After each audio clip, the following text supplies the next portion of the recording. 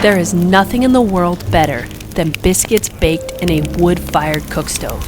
And elk? Well, elk in Montana is considered the mecca of meats, the prize of all wild harvested prizes. Throw in a cardamom spice shortbread for dessert, and today is going to be a good day in the old cabin.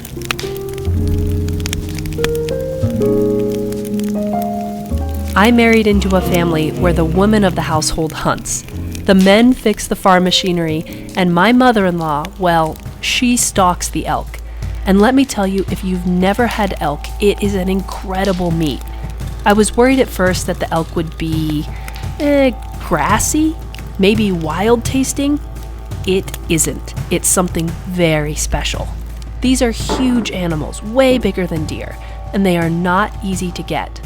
Now, I'm not a huge hunter myself, though I've learned to have respect for it, as many people up here fill their freezers and quite literally feed their families from wild meat. The more I learn, the more I see that it can be done in a noble way. If dinner is going to be ready at 4, with special guests arriving, we have to get the pot of stew going early. The more time to marinate and simmer, the better.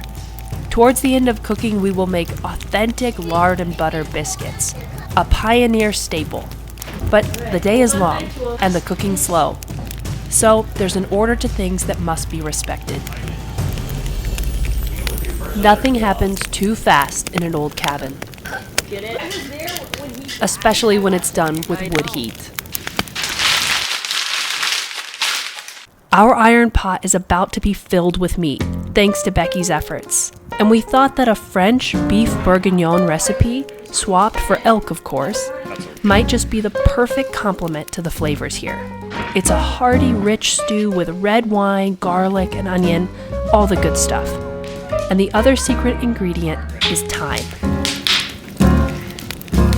So today we're going to spend all day preparing this meal, out here in an 1800s homestead shack on the prairie. The day is starting out absolutely frigid. A dusting of snow on top of the cookstove when we walked in this morning, thanks to a few gaps here and there in the old boards, reminds us that this is an old school place. But all of that just adds to the ambiance. But you'll have to pardon me if I keep my coat and my boots on for the first part of this. Are you guys a little bit cold?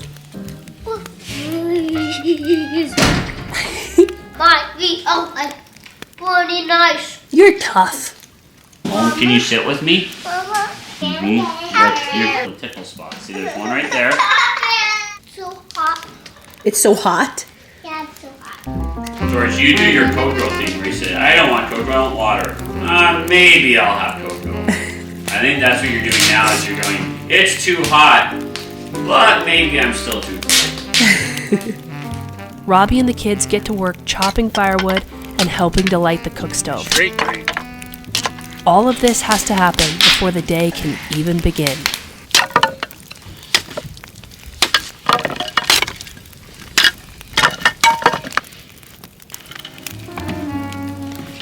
It's almost getting warm enough in here to take jackets and sweaters off and put an apron on. But up until now, it's just been too cold to want to strip anything off.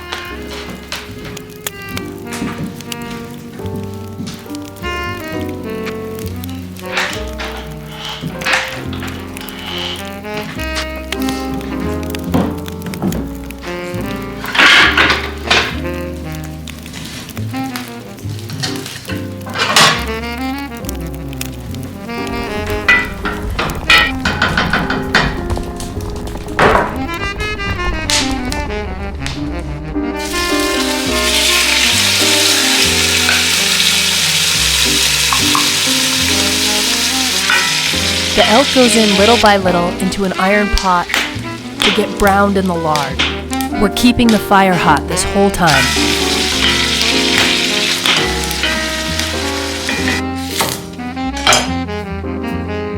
Onions, garlic, carrot, and sage from the garden go in next.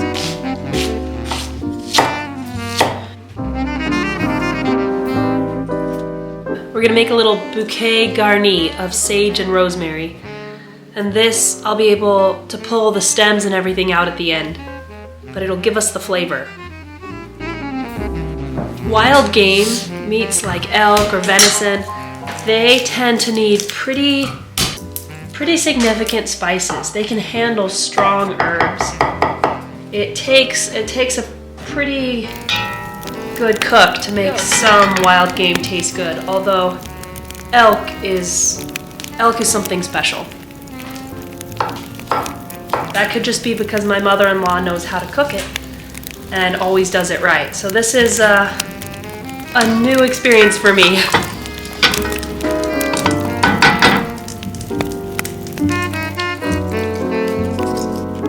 Next up comes the red wine. Now, most of us up in Montana aren't big wine drinkers. This tends to be wheat country. The red wine goes in, the beef broth goes in, the bouillon, and then we move the pot to a hotter side of the stove. Now, while I've been focusing on the recipe and all the things I need to add, I've neglected an important part of cooking on a wood stove. Oh, more wood. It's going out.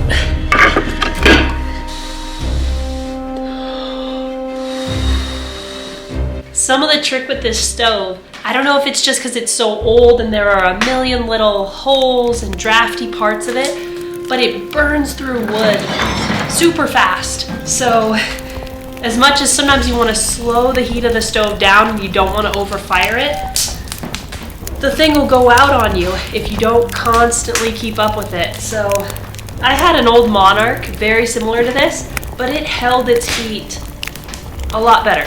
This one burns fast and it burns through it. So it's just something I have to keep an eye on. It's a little trickier to regulate temperature, but I'm guessing that's just from years and years of rust pinholes and loose parts. There's probably just a lot more oxygen getting into that firebox, and it's a difficult one to really shut down. So we're learning.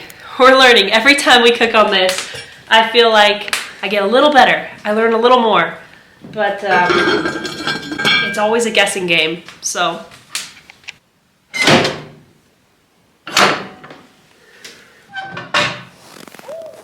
all right. All the elements of this stew have come together, and I'll be honest, I threw together most of it. It's very loosely based on any recipe. But I'm sure you get the concept, right? Rich, hearty spices and cooking ingredients, they all are going to balance out the rich flavor of the elk. This stew is going to bubble away and simmer on the cook stove, and over time I'm just going to slide it from place to place as the oven heats up for biscuits. But true to form, I don't decide the order of cooking. This cook stove decides when things go in. And for biscuits, they want a really hot oven, and our dessert wants a somewhat cool oven, which means dessert is going in first if we want to have dinner ready on time. This has been chilling outside on the front stone steps, so the butter stayed nice and cool.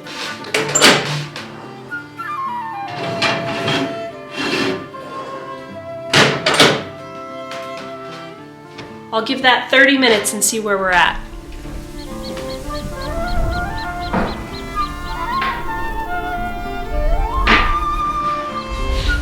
Another trick with this stove is you've just got to constantly be moving your pot around in search of the right temperature.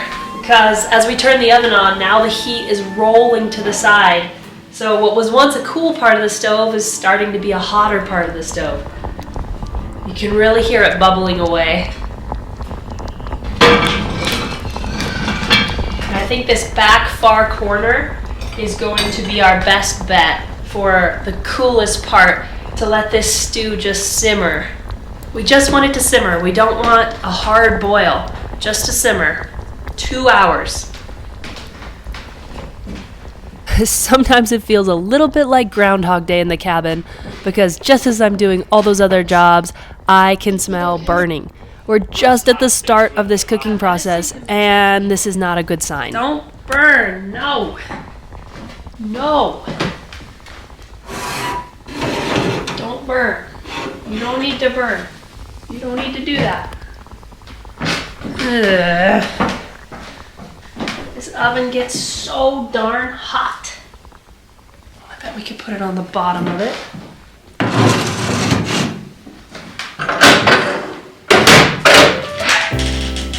Hey guys!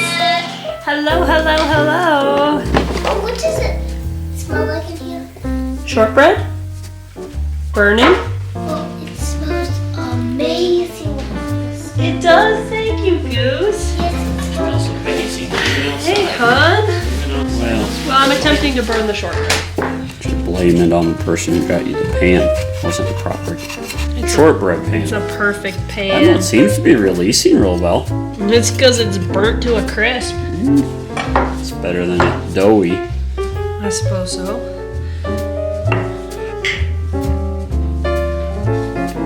It's still pretty. It's not cooked as much on that side. Maybe you should put it back in. Funny. Okay, so this shortbread was supposed to bake at 325 for 30 minutes. After about 10 minutes, the top was browning rapidly, so I moved them to the bottom of the oven. And by minute 20, they were well and truly done. Now, shortbread, it's hard to destroy. Butter and sugar, the flavor was still excellent. But it does belie the fact that this cook stove runs hot. Maggie, you might need to come try some of this shortbread, be our taste tester. That's not very good at all, Jesse. Is it bad? I think I'll have to take it out to the pickup. tastes good even though it's burnt. What do you call that, Jesse? That's a Jackson compliment. She learned that from you. She did. She did. The shortbread has been less than perfect, but we know that the oven is hot enough for biscuits, so let's whip them up fast. Guests are about to arrive, so this had better work. So these biscuits are pretty simple. Flour, salt, sugar, lard, and butter. And a little bit of baking powder does the trick. And I always like to add buttermilk. I think it gives it a great flavor. They say that the best biscuits are made right in the giant barrel of flour. A friend once told me the story of her grandfather prepping biscuits by making a little well in the center of the flour bin, pouring in the buttermilk, and then mixing it with his hands. When he was finished, his hands were perfectly clean, and the rest of the flour in the bin was pristine. Now, that confidence escapes me, but I've made biscuits in a wood stove probably 100 times, so this I feel like I can handle. It's just a handful of ingredients, the most important one being lard. Lard, tallow, suet, these are all foods from the past, it seems, are gone these days. But a friend of the family stocked us up with lard that he rendered himself this fall from his own pigs. Thanks, Don, you are a gem. Now we like to cut the biscuits with about half lard and half butter. The lard gives the right texture and the butter gives a delicious flavor. That seems to be the right magic for old-fashioned biscuits. And a hot, hot oven of above 400 degrees ensures that the fats steam their way into big air pockets as they cook. That's where that flakiness comes from. Now we aren't going to know if these turned out perfect until we crack open their golden crust. But I'm placing my bets now that these are going to be a hit with even the harshest critics. Seal it, so I pulled it about the And as the first batch comes out of the oven, the judges arrive. You guys may remember Brad from all the heavy lifting episodes during the renovation and rebuilding of this cabin. Without his help, we would not be here cooking today. And on top of that, he did it all as a friend. So this dinner has to pay back months of blood, sweat, and tears. And if the food doesn't do it, I hope the candlelight will. Brad and his wife Teresa are in for the fanciest meal that this humble shack can provide. So we lay the table with Osnaburg linens, beeswax and tallow candles, and we pull our chairs around it. The Elk Bourguignon has been simmering for hours atop the cook stove, and now is the moment of truth. I think the four of us adults, along with the kids, could have had crackers and water out here, and we would have had all the fun in the world. Good friends are like that. But a steaming plate of elk stewed in red wine, rosemary, and homegrown vegetables, that added an extra layer to the evening. The biscuits were flaky, piping hot, and calling out for honey. And the spiced shortbread added its own warmth to a cabin that never really stopped being cold if you sat any more than 5 feet from the cookstove. But the candlelight and the oil lanterns, man, do they add something to the evening. The sun went down about 4:30, and we all snuggled in to a warm meal and a warm cookstove. And even with our coats on, as the night descended onto the cabin, the candles and the lanterns made the whole place glow. It became its own little jewel box out on the Montana prairie.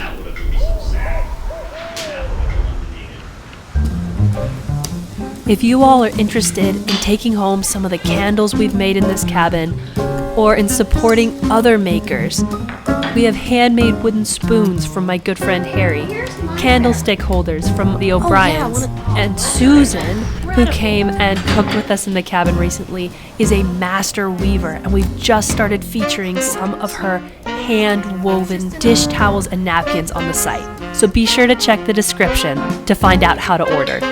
We'll hope to see you guys next week in the cabin as we cook, sew, and take on other pioneer skills.